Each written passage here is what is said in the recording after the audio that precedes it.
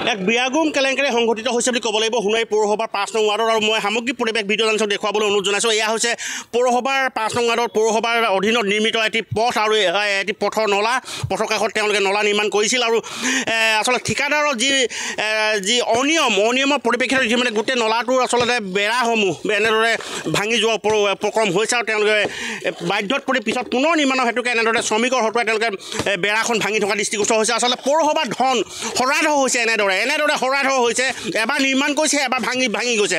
আচলতে ঠিকাদাৰজনে আচলতে অতি নিম্ন মানদণ্ডৰ কাম কৰা হেতুকে এনেদৰে যিখন নলা ৱালখন এনেদৰে বেকা হৈ গ'ল এনেদৰে ভাঙি পৰিছে বুলি ক'ব লাগিব। আৰু মূলত এই শ্ৰমিক আছে মই তোমাৰ ওচৰলৈ আহিছোঁ অকণমান এইফালে হা কিয় ভাঙিছা এখন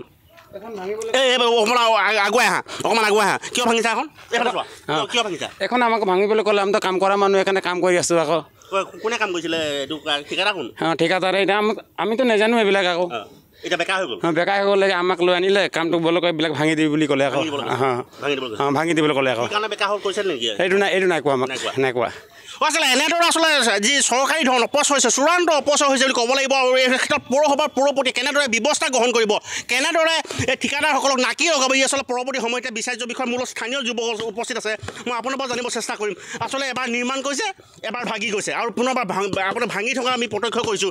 আচলতে গোটেই বিষয়টো কেনেদৰে সংঘটিত হৈছে ইয়াত ঠিকাদাৰৰ মৈমন্তালী পৌৰপতি নিশ্চয় ইয়াত সংযোগ আছে কি ক'ব গোটেই ব্যৱস্থাটোৱে এতিয়া আমাৰ যিটো দেশৰ ব্যৱস্থা গোটেই দেশৰ ব্যৱস্থাটোৰ প্ৰতি আমাৰ এতিয়া ভাবুকি আহি গৈছে।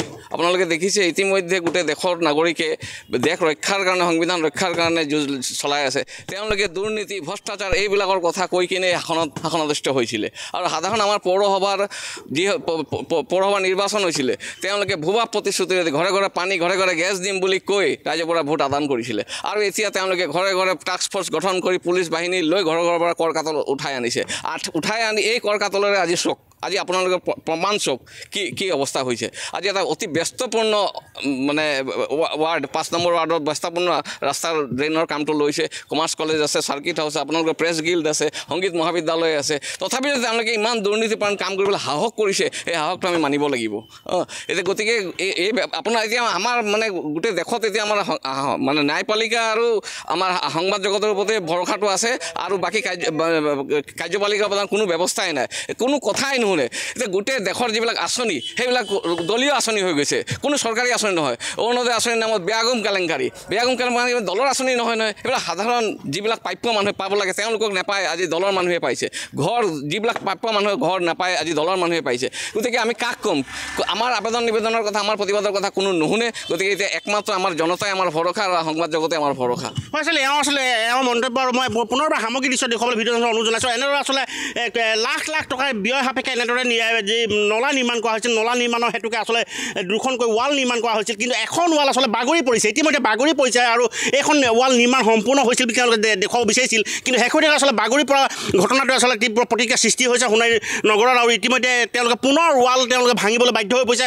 ভাঙি পিনে আচলতে পুনৰ নিৰ্মাণ কৰা হ'ব নেকি পুনৰ নিৰ্মাণ কৰিলে আচলতে এই ধন ক'ত যাব যিটো ধন আচলতে ব্যয় হ'ল এই ব্যয় হোৱাৰ পিছত পুনৰ নিৰ্মাণৰ হেতুকে নিশ্চয় ধনৰ প্ৰয়োজন হ'ব। এই ক্ষেত্ৰত ধনৰ আচলতে ৰাজহুৱা ধন অপচয় হৈছে আৰু এইটো সদাব্যস্ত পথ মই ব্যস্ত পথটো দেখুৱাবলৈ অনুৰোধ জনাইছোঁ ভিডিঅ' জানক এইটো আচলতে সদাব্যস্ত পথ ইয়াত চাৰ্কিট হাউচ আছে ইয়াত চাৰ্কুল অফিচ আছে কমাৰ্চ কলেজ আছে হিন্দী স্কুল আছে স্থানীয় বিভিন্ন ব্যৱসায় প্ৰতিষ্ঠান আছে আচলতে সদাব্যস্ত পথ আৰু এই পথটোত এনেদৰে তেওঁলোকে দুৰ্নীতিৰে তেওঁলোকে নলা নিৰ্মাণ কৰিব বিচাৰিছিল। ঠিকাদাৰে আচলতে কমিশ্যন ৰাজৰ ভিত্তিত আচলতে এনেদৰে তেওঁ নিম্ন মানদণ্ডৰ কামেৰে আচলতে ৱাল নিৰ্মাণ কৰিব বিচাৰিছিল আৰু শেহতীয়াকৈ আচলতে ৱালখন বাগৰি পৰিল আৰু তাৰে পৰিপ্ৰেক্ষিতত ইতিমধ্যে তীব্ৰ প্ৰতিক্ৰিয়াৰ সৃষ্টি হৈছে। আৰু এই ক্ষেত্ৰত যি সোণাৰী পৌৰপতিয়ে কেনেদৰে ব্যৱস্থা গ্ৰহণ কৰিব সোণাৰী পৌৰপতিয়ে কেনেদৰে ঠিকাদাৰক নাকি লগাব আচলতে পৰৱৰ্তী সময়তে স্পষ্ট হয়।